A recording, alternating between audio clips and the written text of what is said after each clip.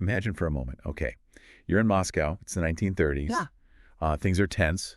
Control, paranoia. Yeah. It's all there under the surface. And then, bam, Yeah. the devil himself arrives. Seriously. But he's not alone. No, he's got this entourage. And part of it is a giant talking cat, a huge cat, Behemoth, who likes guns and vodka. Right. That's quite an entrance. And they just unleash this wave of, well, satirical chaos all over the city's elite. The corrupt ones, anyway. Mm-hmm.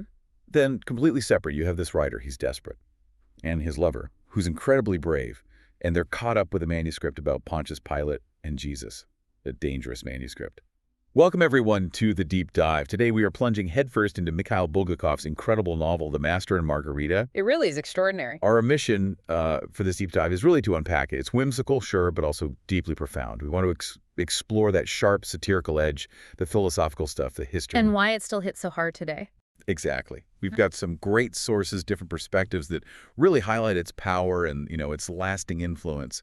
These excerpts really help get to the heart of it. They do. They offer some fantastic insights. So to really get this novel, it's sheer audacity. We have to start with the author, Mikhail Bulgakov. Mm-hmm. Crucial context. He was a Soviet writer, right? Yeah. Working under, well, intense censorship, surveillance, just suffocating oppression. Absolutely. It makes you think the courage it must have taken to even think of this story, let alone write it down. Can you tell us a bit more about that world he was in, the risks? Oh, absolutely. It's crucial to grasp this. Bulgakov wasn't just writing a novel. He was, in many ways, writing for his life and about his life, the conditions.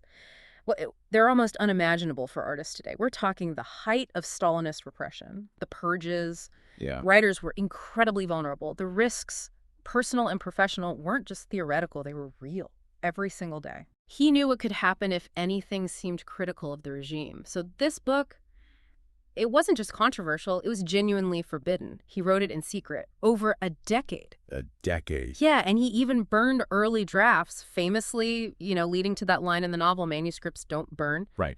He finished the final version just weeks before he died in 1940. But it wasn't published until the 1960s. Posthumously. And even then, censored, right? Heavily censored.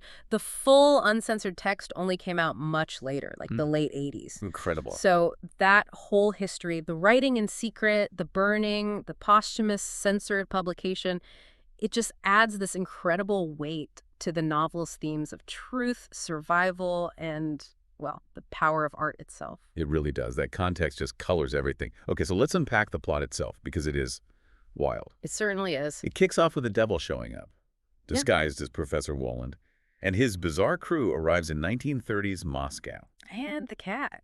Can't forget the cat. Cannot forget Behemoth, the giant, talking, sarcastic cat. It sets such a strange, funny, but also unsettling tone right away. It really does. And they don't just arrive quietly.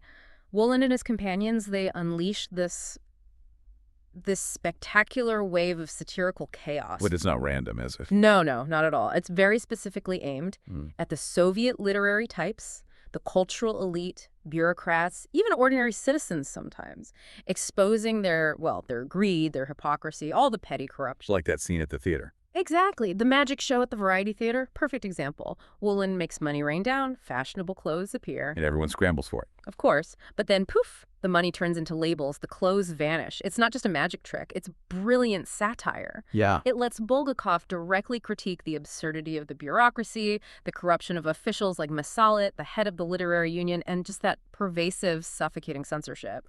So the chaos isn't just chaos, it's commentary. Precisely. It holds up a mirror to the ridiculousness of the whole system. It's biting critique disguised as farce. And Behemoth, playing chess, challenging people to duels, he's the embodiment of that absurd disruption. So, okay, we've got the devil running riot in Moscow, exposing all this absurdity. But then there's this other layer, this really human story. The heart of it, really. We meet the master. He's a writer persecuted just for writing a novel about Pontius Pilate, which, not exactly approved material back then. Definitely not. Highly dangerous. And then there's Margarita, his lover. So devoted. Her courage is incredible, especially when she makes that pact with Woland, with the devil. to save the master. It's a huge act. It really is. Yeah. Can you talk a bit more about Margarita's role, her significance? Well, Margarita's story is really the emotional anchor of the whole novel. Her actions are just so powerful. She's willing to give up everything, her soul, potentially her reputation, even her human form, all to save the master and his art. She literally becomes a witch, right? Flying over Moscow. Exactly. She embraces this wild, untamed power that the regime is trying desperately to crush. And there's that amazing scene where she just trashes the apartment building, the one full of those corrupt literary figures. Yeah, unleashing her fury. It's a righteous fury, and her whole arc just powerfully embodies these themes of love, sacrifice, and the enduring power of truth. Her actions scream that core belief of the novel, that real art, real truth, it's indestructible. Which leads back to that famous line. Manuscripts don't burn. It's more than just a phrase. It insists that authentic creation, like truth itself, survives, even the most brutal attempts to suppress it. It suggests some things are just too true, too fundamental to be erased. They live on. Wow. Okay, so just when you think you've got a handle on, Moscow, the devil, the love story, Bulgakov throws another curveball. A big one. This whole parallel narrative woven in.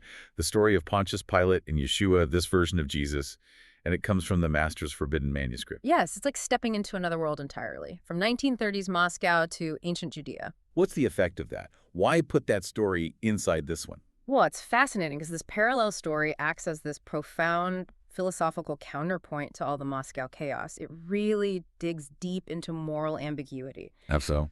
It explores good and evil, not just as external forces, but within people. Look at Pilate. He's torn, isn't he, between his conscience and, well, political reality. He makes a choice that haunts him forever. And Yeshua. Yeshua embodies this kind of gentle, unwavering truth, even facing death. So by putting ancient Judea side by side with 1930s Moscow, Bulgakov is saying, look, these struggles for truth, for integrity, the weight of responsibility, they're timeless. They repeat. Exactly. They transcend history. And it forces you, the reader, to ask, what is the role of truth when society tries to crush it? What's the cost of standing by it or betraying it?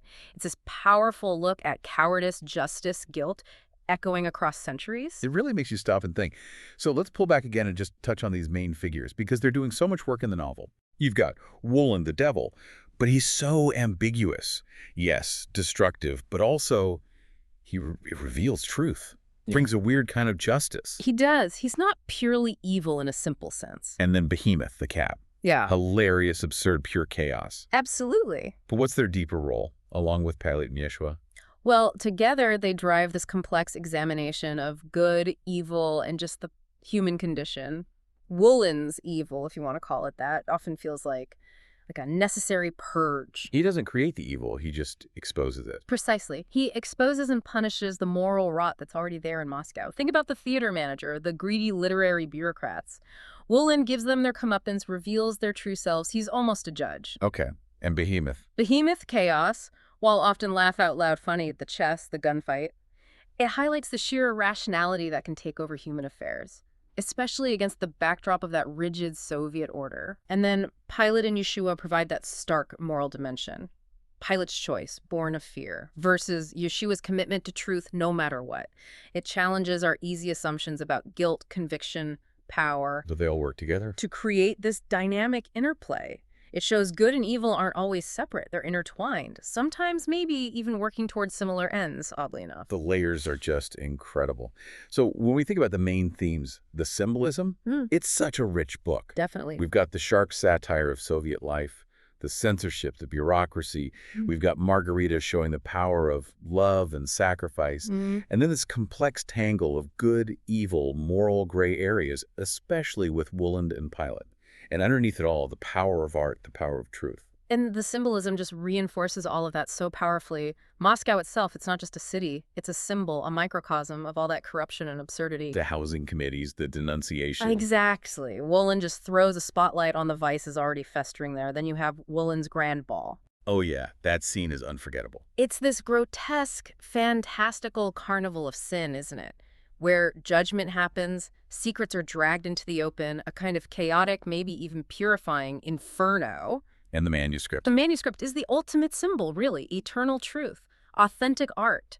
It embodies the idea that real expression, born from truth, survives anything. Any regime, any oppression, it can't be destroyed. Especially poignant, given Bulgakov burning his own drafts. It makes it almost prophetic, doesn't it? The physical pages might burn, but the idea, the truth, the art, that's indestructible. So bringing it all together, what does it all mean? This mix of satire, theology, metaphysics, it's unique. It really is. It's not just telling a story. It's like a philosophical debate playing out in this incredibly wild, captivating form. Raising big questions. Absolutely. Yeah. What is truth in a repressive society? What's our responsibility? Bulgakov avoids easy answers, simple black and white morality. It's more complex. Much more. He argues for moral complexity, forcing us to see the nuances, the shadows. But the core message, I think, is ultimately one of profound hope. Hope. Even with the devil in the purges. Yes, because it insists that art, love, and truth endure. They survive. They even flourish sometimes against all odds, even when power and tyranny try to crush them. It's a testament to the human spirit. That's powerful. And you can see why it's considered such a cornerstone of 20th century Russian literature. Oh, undoubtedly. Its influence is global.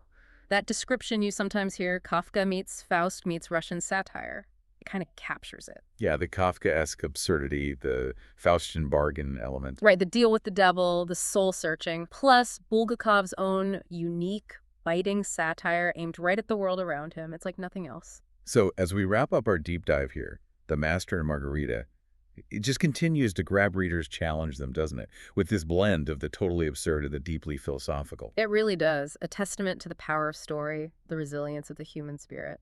It reminds us that even in the darkest times, creativity, truth, they find a way. And maybe, thinking about Bulgakov's own life, his struggle with censorship, and the novel's powerful message about truth surviving, it leaves us with a final thought, a provocative one for you to take away. Okay. What responsibility do artists actually have to truth, especially when power actively tries to suppress it? Is art just a mirror? Or does it have a duty, a moral obligation, perhaps, to challenge, to reveal uncomfortable things, no matter the personal cost? That's a heavy question. It is. And it feels just as relevant today as it was in Bulgakov's mosque.